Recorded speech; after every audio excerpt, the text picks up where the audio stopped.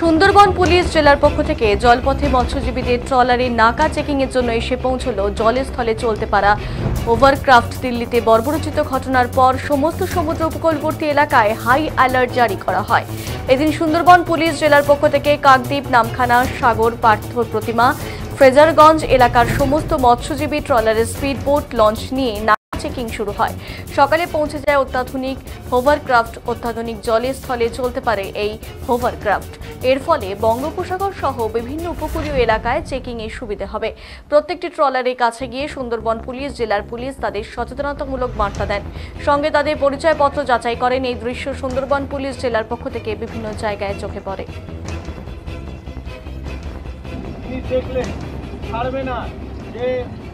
ও কোন দিকে যাচ্ছে, ওই দিকে যাচ্ছে, এই দিকে যাচ্ছে, কেন কি জলে তো দিশা সীমানা বোঝা যায় না রোডের মতো।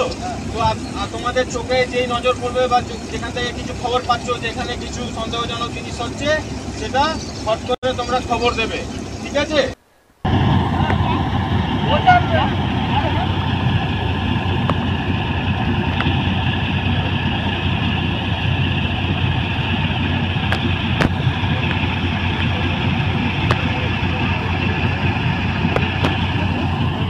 এখন কোনো সমুদ্রতে কোনো অচেনা কোনো নৌকো, অচেনা কোনো লোক কিছু দেখতে পেয়েছেন বা অচেনা কোনো বস্তু দেখতে পাননি তো?